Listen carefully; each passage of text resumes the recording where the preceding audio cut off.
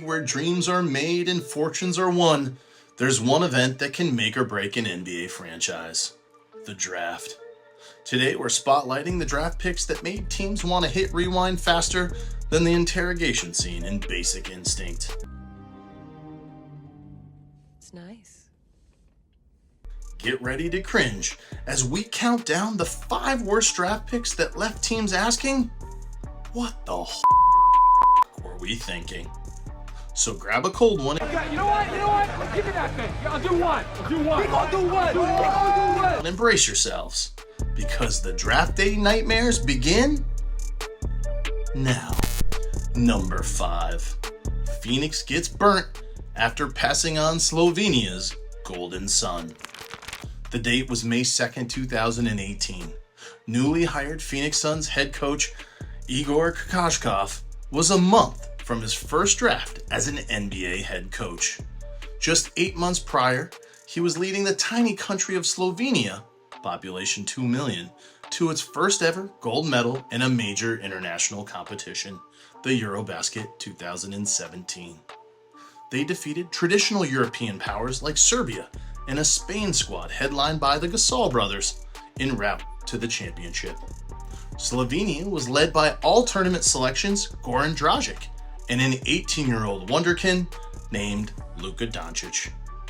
Doncic then followed up the Eurobasket gold with a EuroLeague championship, becoming the youngest MVP in league history. Even though he was widely regarded as the best player in the draft, with a head coach pushing for a transcendent player he had just seen firsthand. He's already special. He's, I believe, MVP of the month of December in the EuroLeague, and we talk about Real Madrid, one of the best, most prestigious, teams in international basketball, and he is a dominant player. And the Suns lacking a true franchise point guard, at the time cycling through a mix of Tyler Johnson, Isaiah Cannon, and Elia Kobo, the spotty track record of top European prospects thought it was a little childish, a little ignorant, combined with Luka's lack of explosive athleticism, led to then Suns owner Robert Sarver selecting the safe choice. With the first pick in the 2018 NBA Draft, the Phoenix Suns select DeAndre Ayton. The same DeAndre Ayton who said success in the NBA was just getting to his second contract. That's when you really legitimately made all your money. He did. And now he's putting up meaningless double-doubles in Portland in relative NBA obscurity. But can you imagine Luka and Devin Booker as teammates instead of enemies? No, not really. Number 4. The Detroit Disaster. Most teams holding the number 2 pick are awful. Not ones coming off a trip to the Eastern Conference Finals. But thanks to a 1997 Otis Thorpe trade that took half a decade to convey with its draft protections, It's a long time. the contending Pistons were in pole position to add a foundational piece to carry their championship core for the next decade plus. LeBron was definitely going number 1, which left them to pick from Carmelo Anthony, Chris Bosh, Dwayne Wade, and Darko Milicic. They had a 75% chance to hit a Hall of Famer. And as you know, they crapped out. With everyone looking for the next Dirk, Detroit decided to pass on 3 future Hall of Famers for the upside of the athletic, just turned 18-year-old 7-footer from Serbia. But unlike Luka, who led his Real Madrid squad to a EuroLeague championship as an 18-year-old playing against grown-ass men, Darko was toiling against players his own age in the junior division of the Serbian league. Huge miscalculation. In his 11-year NBA career, Darko topped out at 8.8 points and 5.2 rebounds a game. I'm no basketball savant, but drafting D. Wade instead of Milicic might have helped the Pistons in the 2006 Eastern Conference Finals against the Miami Heat. Really? Number 3. The entire NBA passing on Nikola Jokic. The Nuggets get credit for eventually taking the big fella in the second round during a Taco Bell commercial, no less.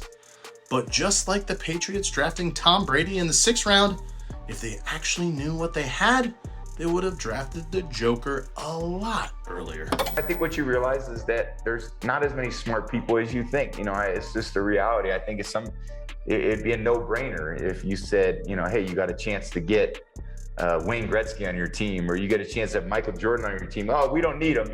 No thanks. We're good. Because the Bulls were enamored with Creighton star Doug McDermott, the Nuggets were able to draft McDermott with their 11th pick and swap him for the Bulls picks at 16 and 19, which turned into Yusuf Nurkic and Gary Harris. NBA starting caliber players, but a combined 0 MVPs and 0 All-NBA first, second, or third teams. Yeah, man, excuse my friend. Passing on Jokic twice is bad, but the Bucks missed out 3 times, and the Sixers managed to ignore him 4 times in one draft. That's really hard to do. And you know this, man! The 7 players selected by Milwaukee and Philly instead of Jokic: Jabari Parker, Joel Embiid, Dario Saric, KJ McDaniels, Damian Inglis, Johnny O'Brien, and Jeremy Grant.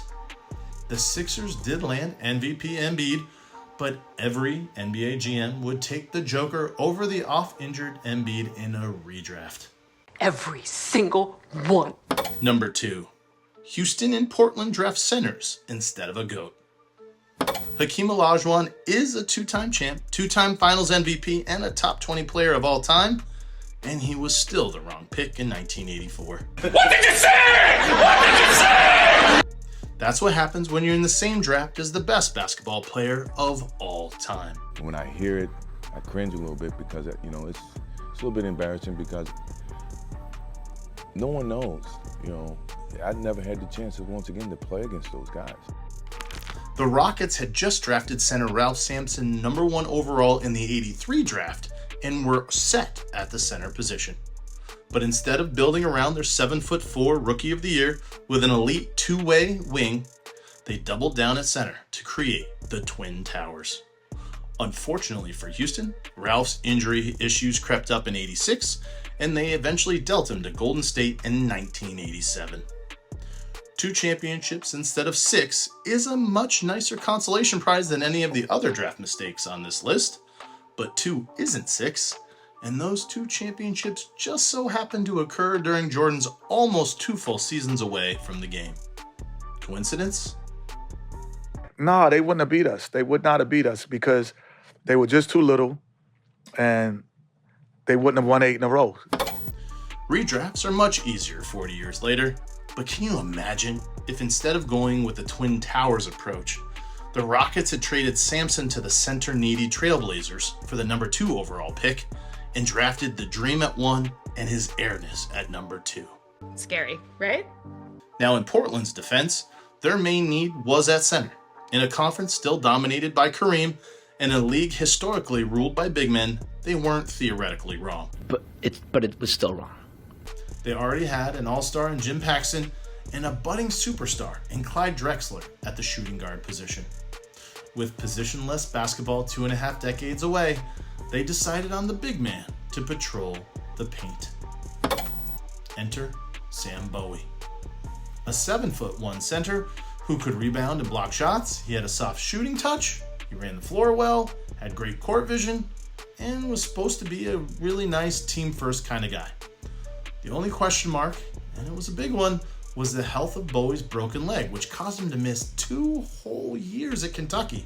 That's a long time. But after he returned for his senior season, it appeared Bowie's leg had healed. History tells us it hadn't. In his second NBA season, Sam broke his left tibia again. Oh, you are shitting me. Then, the following season, he breaks his right tibia. Then, he broke his right tibia again a year later. No, God! No, God, please, no! No! No! No! He'd only play 63 out of a possible 328 games his last 4 seasons in Portland. Promising careers cut short by injuries are sad, but they're absolute nightmares when the alternative selection becomes an all-time great. The kid is just an absolutely great kid. If I were going to pick the 3 or 4 best athletes I've ever seen play basketball, he'd be one of them. I think he's the best athlete I've ever seen play basketball, bar none. If I were going to pick people with the best ability I'd ever seen play the game, he'd be one of them.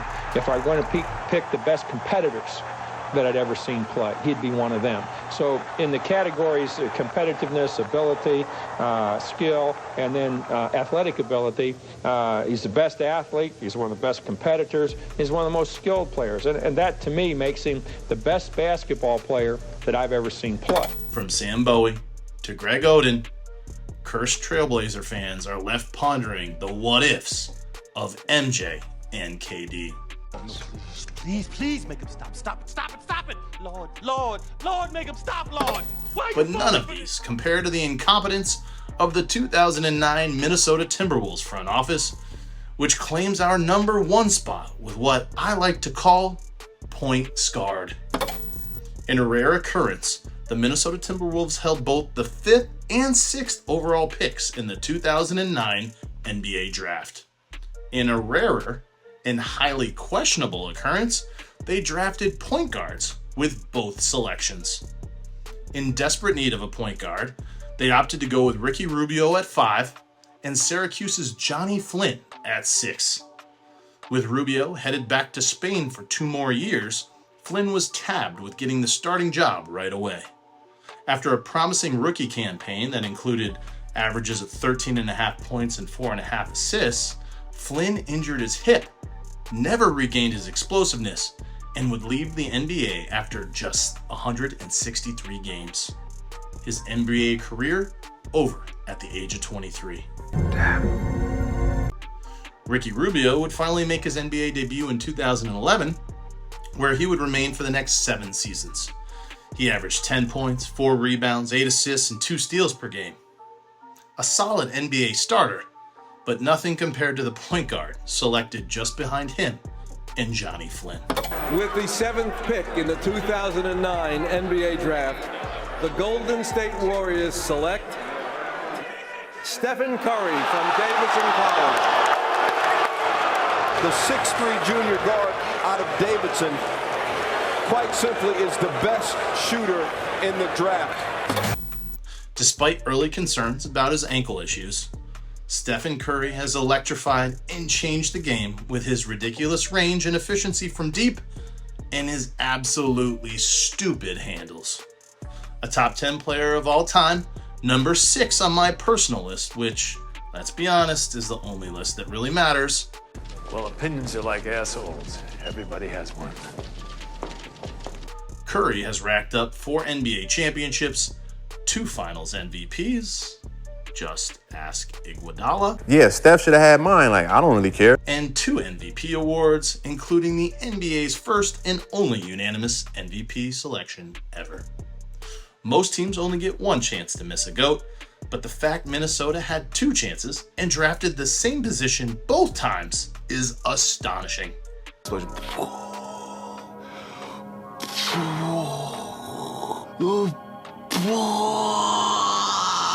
If you're going to draft 2 point guards, you'd think they'd possess complementary skill sets at the very least. But you and I would be wrong. You're goddamn right.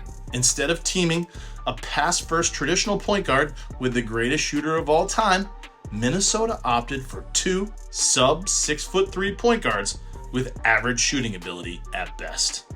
Not optimal. Say that again. Not optimal. And that, my fellow hoopheads, wraps up our journey through the annals of draft day disasters that leave us wondering if GMs are analyzing a different sport altogether. I regret nothing. The end. While these picks may have left us scratching our heads, they give us confidence we could do no worse, and at a much more team-friendly salary. Hey, I'm available. Come, you're slow and no one likes you. What did you think of our rankings? Impeccable. Any egregious snubs? Of course not. They're my rankings. You don't mess with perfection. As always, thanks for being our MVPs in this game of viewership. I'm Freddie, and you're welcome.